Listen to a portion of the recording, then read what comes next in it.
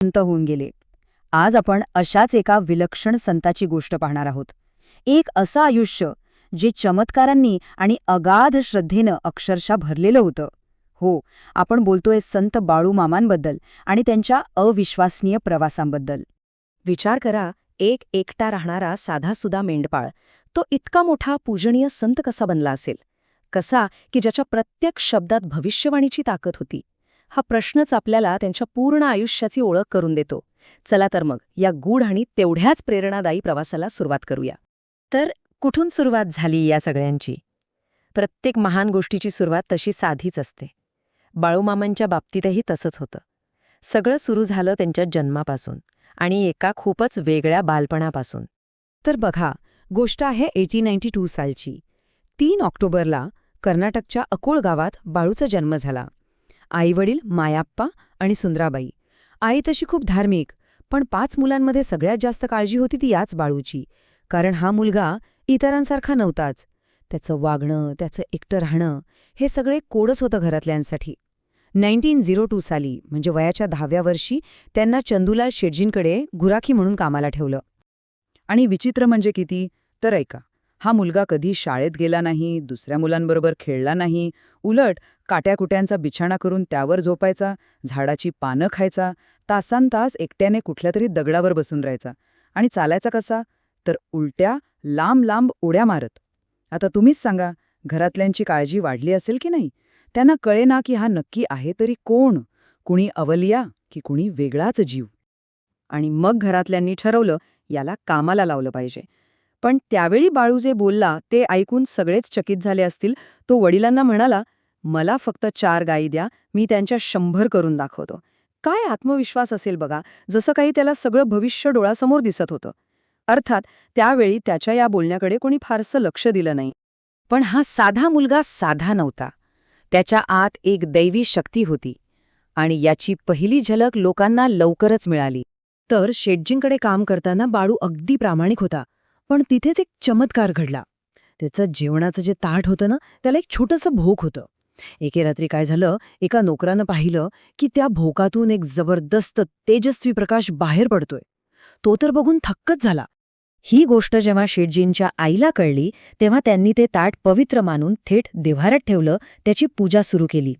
पण गंमत बघा, बाळूला हे काही आवडलं नाही. त्याला हा मान सन्मान नको होता. आणि तेव्हाच त्यांनी बजावून सांगितलं, ऐका, जोपर्यंत या ताटाचा मान ठेवाल तोपर्यंत तुमची भरभराट होईल, पण ज्या दिवशी याचा अपमान कराल त्या दिवसापासून तुमची उतरती कळा सुरू होईल. आणि खरंच त्यांचे हे शब्द पुढे जाऊन अक्षरशः खरे ठरले. यानंतर मात्र एक अशी घटना घडली, ज्या घटनेनं सगळ्यांनाच विचार करायला भाग पाडलं. या घटनेनंतर त्यांच्या भविष्यवाणीच्या ताकदीवर कुणीही शंका घेऊ शकलं नाही. झालं असं की घरच्यांनी त्यांचं लग्न ठरवलं, त्यांच्याच भाचीशी. पण बाळूमामा तयार नव्हते. त्यांनी होणाऱ्या सासऱ्यांना, हिरप्पांना स्पष्ट सांगितलं, माझ्याशी तुमच्या मुलीचं लग्न लावू नका. जर लावलंत तर लक्षात ठेवा, तुमचं मडं माझ्याच लग्नाच्या मांडवातून जाईल. किती भयंकर इशारा होता हा, पण कुणी ऐकलं नाही. जबरदस्तीने लग्न लावून दिलं. आणि काय झालं असेल? अक्षरशः तेच घडलं. लग्नानंतर अवघ्या 3ऱ्या दिवशी सासरे हिरप्पा अचानक वारले आणि त्यांची अंत्ययात्रा त्याच लग्नाच्या मांडवातून काढावी लागली. बाळूमामांचा शब्द खरा ठरला होता. आता मात्र गावातल्या लोकांना कळून चुकलं होतं, या माणसाच्या शब्दाला किंमत आहे. ह्या घटनेनंतर बाळूमामांच्या शब्दाला एक वेगळंच वजन आलं. आणि मग तर त्यांच्या हातून एकापेक्षा एक मोठे चमत्कार घडायला सुरुवात झाली. एकदा काय झालं, रणरणतं ऊन होतं. मामा पाण्याची शोधाशोध करत होते आणि अशातच त्यांना 2 अत्यंत तेजस्वी साधू भेटले. तहानलेले होते. मामाही तहानलेले होते, पण त्यांनी स्वतः मोठ्या मेहनतीनं विहिरीतून काढलेलं पाणी क्षणाचाही विचार न करता त्या दोन्ही साधूंना प्यायला दिलं. त्या साधूंनी पाणी पिऊन तृप्त झाल्यावर मामांच्या डोक्यावर हात ठेवला आणि म्हणाले, आम्ही तुझ्यावर खूप प्रसन्न आहोत. आजपासून तू जे काही बोलशील ते खरं होईल आणि तुझ्या प्रत्येक कामात तुला यश मिळेल. असं म्हणून ते साधू बघता बघता तिथून गायब झाले. असं म्हणतात की बाळूमामांच्या सगळ्या अचाट शक्तींचं मूळ याच आशीर्वादात होतं. आणि या आशीर्वादाचा प्रभाव लगेच दिसू लागला. बघा, 2 उदाहरणं देतो. एकदा एका मोठ्या भंडाऱ्याच्या वेळी अचानक मोठं वादळ आलं. सगळे घाबरले. मामांनी काय केलं? फक्त आपली घोंगडी काढली आणि आकाशाकडे झटकली. आणि काय आश्चर्य, ते वादळ चक्क दुभंगून बाजूने निघून गेलं. दुसरा किस्सा तर अजूनच भारी आहे. एका कंजूस शेतकऱ्यानं कामाचा मोबदला म्हणून त्यांना फक्त 10 किलो मका दिला. मामांनी रागान आपलं पायताण जमिनीवर आपटलं आणि शाप दिला की पुढची 12 वर्ष तुझ्या शेतात फक्त 10 किलो धान्य पिकेल. आणि तुम्हाला खरं वाटणार नाही, पण पुढची 12 वर्ष तसंच घडलं. तर आतापर्यंत आपण बाळूमामांची शक्ती पाहिली, पण प्रत्येक शक्तीला एका मार्गदर्शकाची गरज असते, गुरूची गरज असते. आता आपण त्यांच्या आयुष्याच्या त्या टप्प्यावर आलो आहोत जिथे त्यांनी आपला गुरु शोधला आणि त्यांच्या कार्याचा पाया रचला. असं म्हणतात की एके दिवशी त्यांना आकाशवाणी झाली की बाळू, आता गुरु करण्याचं वेळ आली आहे. पण गुरु कोणाला करायचा? खरा गुरु ओळखायचा कसा? मग त्यांनी एक अनोखी शक्कल लढवली. त्यांनी ठरवलं की आपण लोकांना मदत करायची आणि प्रत्येकाकडून ₹1.25 घ्यायचा. आणि ही सगळी जमलेली रक्कम न मोजता जो कोणी बरोबर सांगेल तोच आपला गुरु. काय विलक्षण परीक्षा होती बघा. जवळजवळ 4 महिने गेले. आणि मग शेवटी शेणगावच्या दत्तमंदिरात त्यांची भेट झाली महर्षी मुळे महाराजांशी.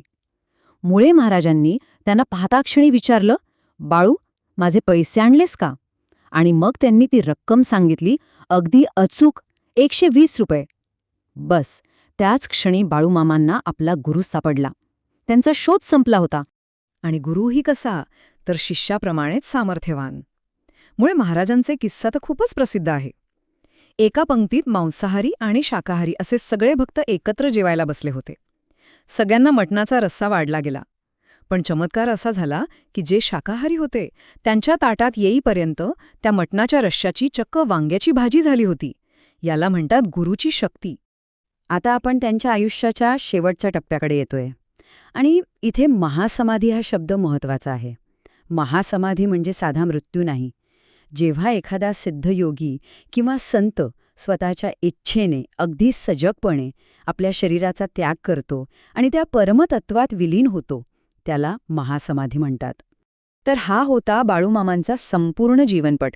1892 साली अक्कोळमध्ये जन्म, 1932 साली मेतकेमध्ये पहिल्या भंडाऱ्याची सुरुवात आणि मग 4 सप्टेंबर 1966 साली आदमापूर येथे महासमाधी. त्यांचा देह जरी पंचतत्वात विलीन झाला असला तरी त्यांचं कार्य, त्यांचे चमत्कार आणि त्यांच्यावरची लाखो भक्तांची श्रद्धा आजही तशीच जिवंत आहे. बाळूमामांची ही संपूर्ण जीवनकथा ऐकल्यावर एक प्रश्न मनात येतो. खरं तर संतांच्या शक्तीचा मूळ स्रोत काय असतो?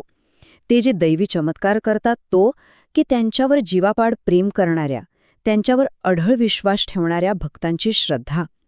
चमत्कारांमधून श्रद्धा जन्माला येते की प्रचंड श्रद्धेमुळेच चमत्कार घडतात? खरंच विचार करण्यासारखा प्रश्न आहे, नाही का?